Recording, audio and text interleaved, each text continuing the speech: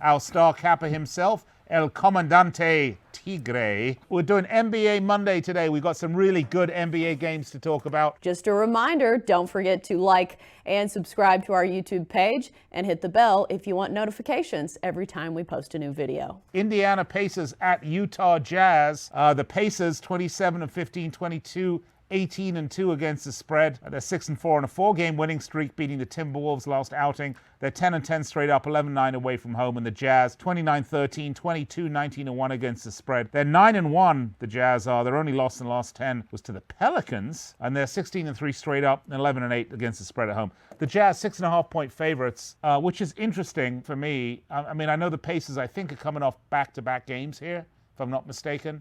So fatigue could definitely play into this, but it does seem a little generous given that, you know, the Pacers actually are a pretty good team. Yeah, the Pacers are a good team, but the Jazz are in terrific form. But again, the Jazz are in one of the worst spots in the NBA. That's playing back end of back-to-back games, playing 2 games in high elevation. They're at Denver on Sunday night. Then they got to play at Utah on Monday. That's the worst. That's about the worst spot you're going to see in the NBA. And one thing to note here, Utah's healthy. You didn't mention any injuries from the Utah side. There isn't. They're a healthy team. They're coming off a 22-point home win to Sacramento on Saturday, behind 51% shooting, and they were strong on the boards. Look at their past 5 games. They're making 50% of their shots, 37% from 3. Pacers, while they failed to cover 4 of 6 in back-to-back spots, they're averaging only 107 points per game. Utah, in the past 5, they're putting up nearly 122 points. I think the Utah Jazz will get in the second half. That might be a good second half play with the Jazz as well. I'll lay the points here with Utah. So are we thinking over then? Because the total's only 217. Again, in back-to-back spots, I'm always worried about the offensive production from the Pacers here.